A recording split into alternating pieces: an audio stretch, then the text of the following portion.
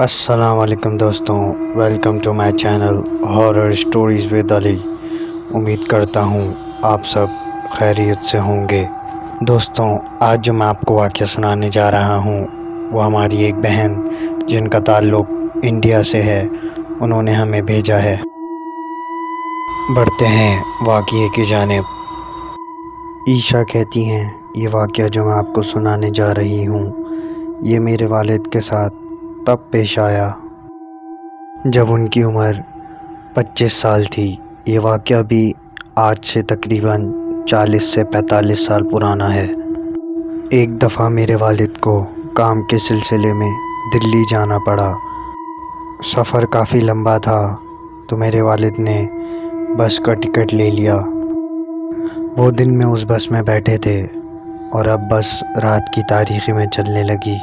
شدید سردیوں کی رات تھی، تقریباً 6 سے 7 گھنٹے کا سفر ہو چکا تھا۔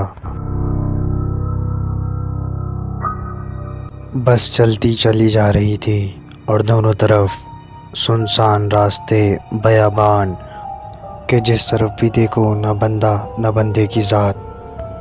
6-7 گھنٹے سفر کرنے کے بعد بس نے ایک اسٹاپ لیا۔ وہ ویرانے میں ایک ڈھابا تھا۔ اس ڈھابے کے آس پاس جنگل ہی جنگل تھا۔ وہ ڈھابا روڈ کے بالکل کنارے پہ تھا۔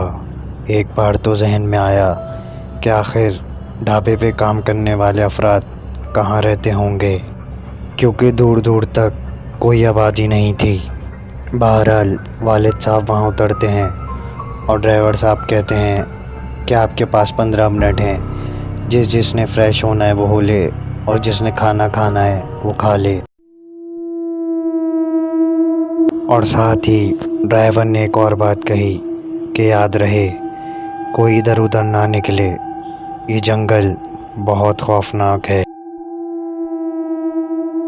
سب لوگ بس سے اتر گئے، کوئی فریش ہو رہا تھا، کسی نے کھانے کا آرڈر دیا اور کوئی یہاں وہاں ٹہل رہا تھا۔ بس میں بیٹھے بیٹھے سب لوگ تھک چکے تھے، اس لیے بس سے اترنے کے بعد ایک الگ ہی ایکسائٹمنٹ تھی۔ اس پورے علاقے میں صرف اس ڈھابے پہ ہی ایک لائٹ جل رہی تھی اور آس پاس کا جنگل بہت بھیانک منظر پیش کر رہا تھا۔ میرے والد صاحب بتاتے ہیں کہ ابھی تک ہم نے یہاں کوئی بھوت چڑیل نہیں دیکھی تھی، لیکن اس کے علاوہ بھی یہ جگہ بہت خوفناک منظر پیش کر رہی تھی۔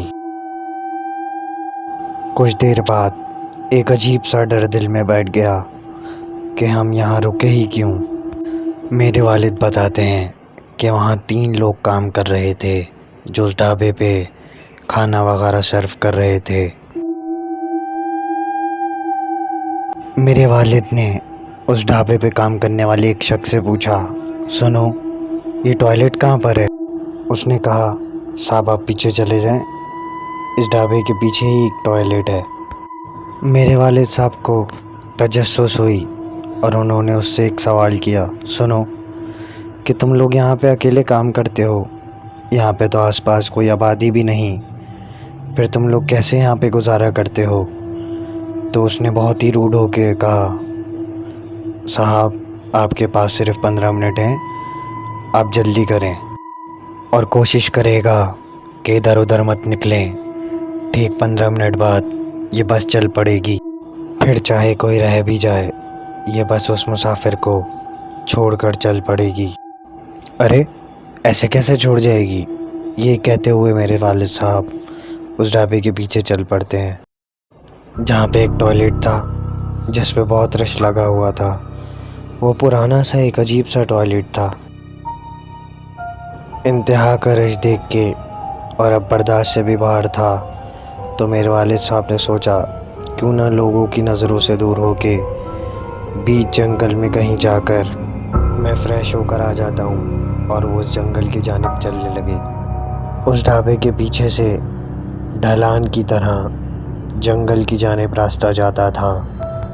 میرے والد صاحب جیسے ہی اس ڈھلان سے نیچے جانے لگے تو فوراً سے ایک آواز آتی ہے، صاحب اپنی ذمہ داری پر جانا اور دھیان سے، یہ بہت خطرناک جنگل ہے۔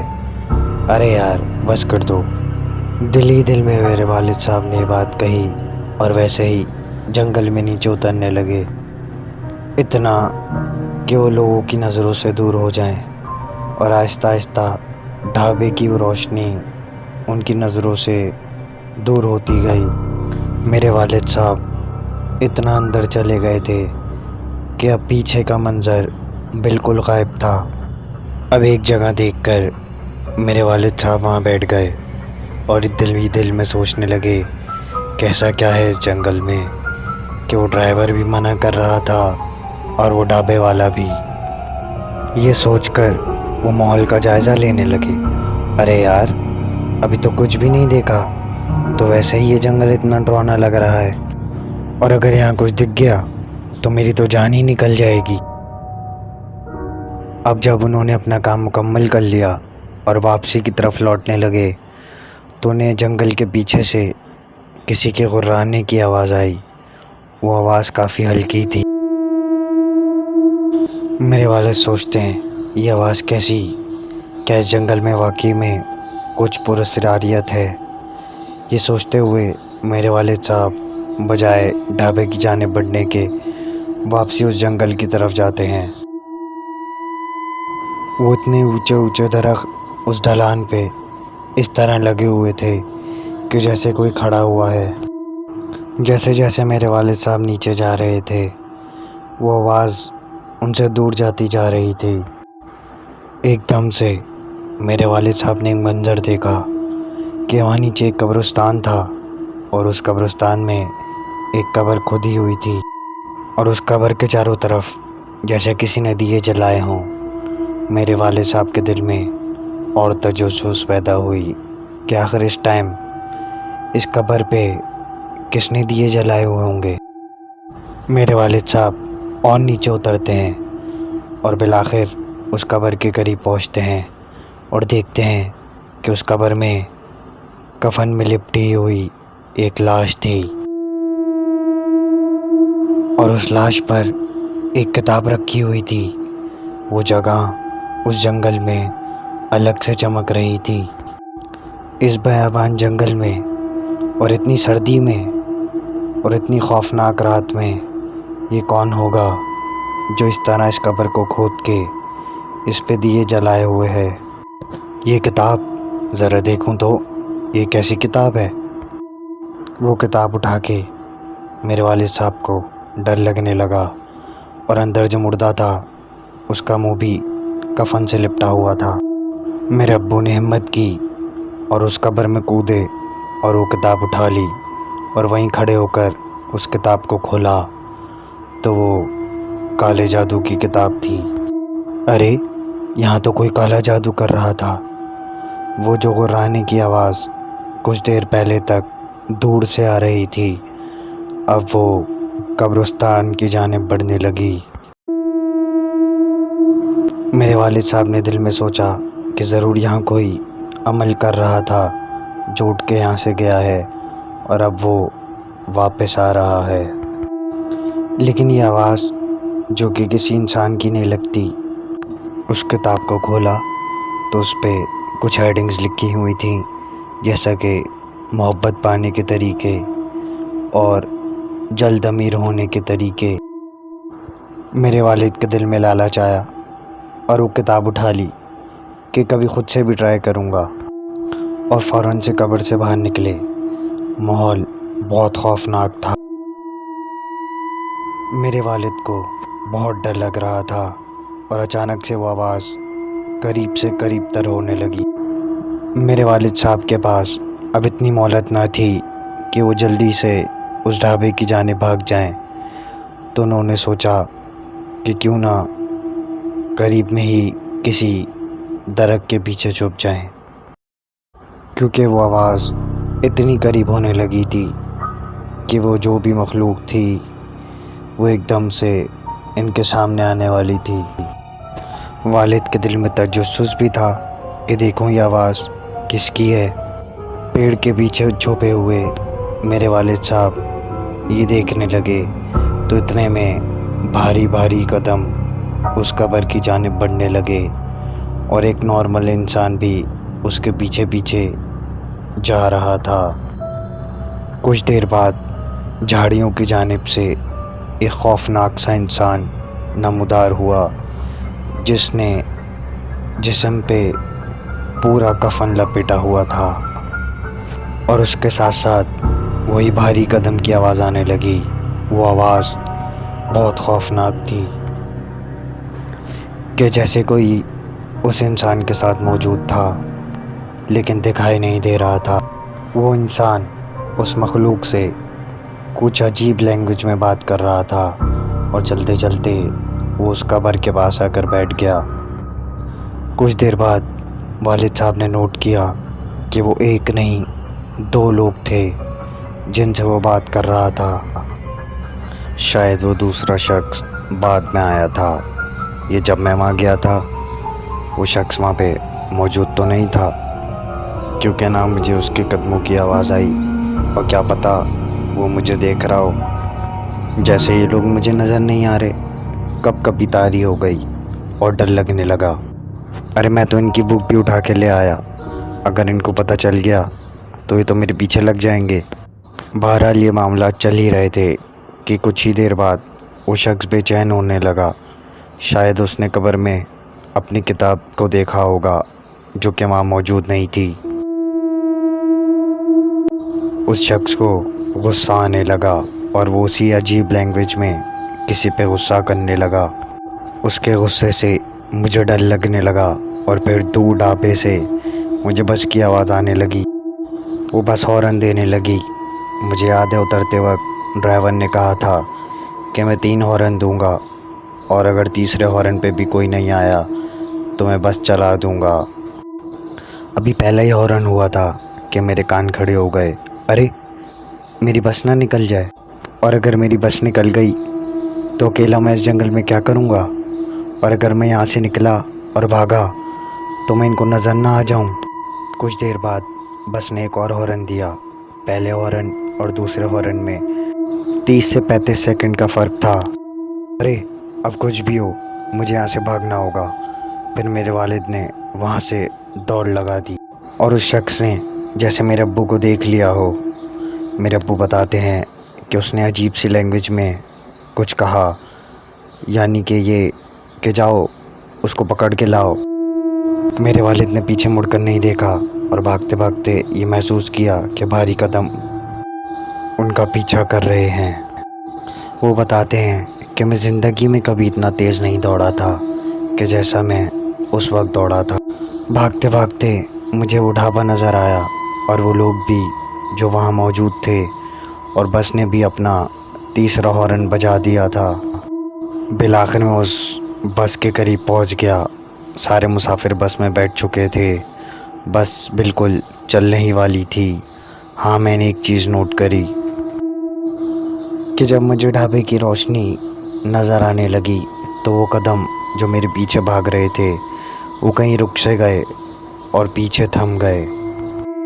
میں ہانپتے ہانپتے اپنی بس کی سیٹ پہ جا کے بیٹھا اور سکھ کا سانس لیا، اور میں سیٹ پہ بیٹھا ہوا کھڑکی طرف دیکھ رہا تھا کہ مجھے ایسا محسوس ہوا کہ بہت سے لوگ بس کے پیچھے بھاگ رہے ہیں۔ میں ونڈو سیٹ پہ بیٹھا تھا۔ مجھے اب یہ سب دیکھ کے ڈر لگنے لگا، اور میں نے اپنے برابر والے بندے سے پوچھا کہ آپ کو ونڈو سیٹ پہ بیٹھنا ہے؟ تو اس نے کہا جیسے آپ کی مرضی، اور پھر میں اس کی جگہ بیٹھ گیا اور وہ ونڈو سیٹ پر اب بھی میرا دھیان کھڑکی کی طرف ہی تھا، اور وہ کالے سائے شاید صرف مجھے ہی دکھ رہے تھے، کیونکہ وہ شخص جو ونڈو سیٹ پہ بیٹھا تھا اس کا دھیان باہر کی طرف ہی تھا، مگر اس کا کوئی ری ایکشن نہیں تھا۔ میں کہاں پھنس گیا؟ شاید مجھے اپنے ساتھ ہی بک نہیں لانی چاہیے تھی۔ آنکھیں بند کی اور سونے کی کوشش کی۔ کچھ 2 سے 3 گھنٹے ہی گزرے ہوں گے کہ بس رک گئی، اور دونوں طرف دیکھا تو وہ ایک ویرانہ تھا۔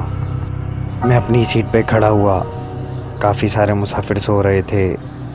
میں نے آگے دیکھا تو بالکل ویرانہ تھا، اور بس کے آگے بھی کوئی نہیں۔ تو میں نے ڈرائیور سے پوچھا کیا بات ہے، آپ نے بس کیوں روکی ہے؟ ڈرائیور نے کہا اپنی سیٹ پہ بیٹھ جاؤ، اور جہاں بیٹھے ہو وہیں بیٹھے رہنا۔ وہ ڈرائیور اور اس کے ساتھ ایک کنڈکٹر وہ بہت پریشان تھے۔ ان کو اس پریشانی میں دیکھا تو کافی بے چینی ہونے لگی۔ میں اپنی سیٹ سے اٹھا اور بالکل فرنٹ پہ جا کے بیٹھ گیا اور ان دونوں سے جا کے پوچھا کہ کیا بات ہے، آپ نے ویرانے میں بس کیوں روکی ہے؟ تو وہ بتانے لگے کہ بس چل رہی تھی اور چلتے چلتے ایک سفید لباس میں ایک شخص بس کے آگے آ کے اشارہ دینے لگا بس روکنے کا۔ بس اسپیڈ میں تھی اور ایسا لگا کہ وہ بس سے ٹکرا گیا، اور مجھے ایسا لگا کہ جیسے کوئی بس سے گزر گیا ہو۔ اگر کوئی بس سے ٹکرایا ہوتا تو بس پہ ضرور کوئی ڈیمیج ہوتا، نہ کوئی ٹکرانے کی آواز آئی کہ جیسے کوئی دھوئیں کی طرح بیچ میں سے نکل گیا ہو۔ بڑا عجیب منظر تھا۔ بہرحال وہ دونوں بہت گھبرائے ہوئے تھے۔ بہرحال کیسے بھی کر کے وہ سفر مکمل کیا اور وہ شہر پہنچ گئے۔ شہر میں انہیں اپنے چچا کے گھر رکنا تھا جن کا بزنس تھا، اور انہوں نے میرے والد کو گاؤں سے بلایا تھا۔ ان کے گھر پہنچ کے میرے ابو کو بہت تیز بخار ہو گیا۔ وہ بہت ڈرے ہوئے تھے۔ انہوں نے اپنے چچا کو پورا معاملہ بیان کیا۔ ان کے چچا نے کہا سب دیکھ لیا، ٹھیک ہے، لیکن تمہیں یہ کتاب اپنے ساتھ ہرگز نہیں لانی چاہیے تھی۔ اب وہ شاید تمہارے پیچھے ہی لگ گئے ہوں گے۔ دوسرا دن گزرا اور رات آئی۔ میرے ابو کو خواب میں وہی شخص آیا اور اس کے ساتھ کچھ عجیب کالے سائے تھے۔ وہ کہتے کہ تم ہماری بک لے گئے اور اب دیکھو ہم تمہارے ساتھ کیا کرتے ہیں، تم نے ہمارے عمل میں خلل ڈالا ہے، اب ہم تمہیں برباد کر دیں گے، بہتر یہی ہے کہ یہ بک ہمارے حوالے کر دو۔ میرے ابو نے دوسرے دن اپنے چچا کو بتایا کہ مجھے خواب آیا ہے، تو ان کے چچا نے کسی سے رابطہ کیا اور انہوں نے کسی عامل کا پتہ بتایا اور ان کو بھی پورا معاملہ بیان کیا کہ اب ہم یہ کتاب واپس کرنا تو چاہتے ہیں، لیکن وہ جگہ بہت دور ہے اور اب ہم وہاں کیسے جائیں؟ وہ عامل کہتا ہے کہ اب سونے سے پہلے اسے اپنے ریلیجن کے حساب سے کچھ پڑھنا تھا، وہ پڑھ کے سونا۔ اس کے بعد وہ خواب میں تمہیں کچھ ہنٹ دیں گے کہ یہ کتاب تمہیں کہاں پہنچانی ہے۔ پھر ایسا ہی ہوتا ہے۔ میرے ابو رات کو سونے سے پہلے وہ سب کچھ پڑھ لیتے ہیں جو اس عامل نے بتایا تھا، اور پھر آنکھ بند کر کے سو جاتے ہیں۔ انہیں ڈر لگ رہا تھا اور اس تانترک نے کہا تھا کہ وہ خواب پھر آئے گا اور تمہیں وہ جگہ بتائیں گے، اور پھر رات کو ویسا ہی خواب آ گیا۔ وہ خواب میں کہتے ہیں کہ رات کو 2 بجے یہ کتاب اپنے صحن میں رکھ دینا، ہم اس کتاب کو اٹھا لیں گے۔ اور پھر دوسرا دن گزرا، وہی رات آ گئی جس رات وہ کتاب رکھنی تھی۔ میرے والد نے وہ کتاب صحن میں رکھنی تھی، انہیں بہت ڈر لگ رہا تھا۔ انہوں نے وہ کتاب صحن میں رکھ دی اور اپنے کمرے کا دروازہ بند کر لیا، اور وہ چھپ کر دیکھنے لگے۔ دل میں تجسس آنے لگا کہ دیکھوں آخر اسے کون اٹھا کر لے جاتا ہے۔ 1 گھنٹہ گزر گیا اور وہ بک وہیں پڑی رہی، اور پھر 1 گھنٹے بعد صحن میں دھم کر کے آواز آئی، اور انہیں ایسا لگا کہ جیسے کوئی بھاری سی چیز صحن میں کودی ہو۔ وہی قدم جو جنگل میں میرے والد کے پیچھے دوڑ رہے تھے، انہی قدم کی آواز میرے والد نے اس وقت وہاں سنی۔ اس بک کے چاروں طرف کالا دھواں اکٹھا ہونے لگا۔ تھوڑی دیر بعد وہ دھواں چھٹتا گیا اور اب وہ کتاب غائب ہو گئی تھی۔ میرے والد بتاتے ہیں مجھے بہت ڈر لگ رہا تھا کہ جیسے میں ڈر سے مر جاؤں گا۔ اس کے بعد میرے والد کے ساتھ ایسے کچھ واقعات دوبارہ نہیں ہوئے، لیکن پھر بھی میرے والد وہاں زیادہ عرصہ نہ رکے اور گاؤں واپس روانہ ہو گئے، اور باقی کی زندگی انہوں نے وہاں گاؤں میں ہی گزاری۔ یہ ان کی زندگی کا ایک خوفناک واقعہ تھا۔ امید کرتا ہوں آپ لوگوں کو اچھا لگا ہوگا۔ اگر ہماری ویڈیو آپ کو پسند آئی تو چینل کو سبسکرائب کرنا نہ بھولیں، اللہ حافظ.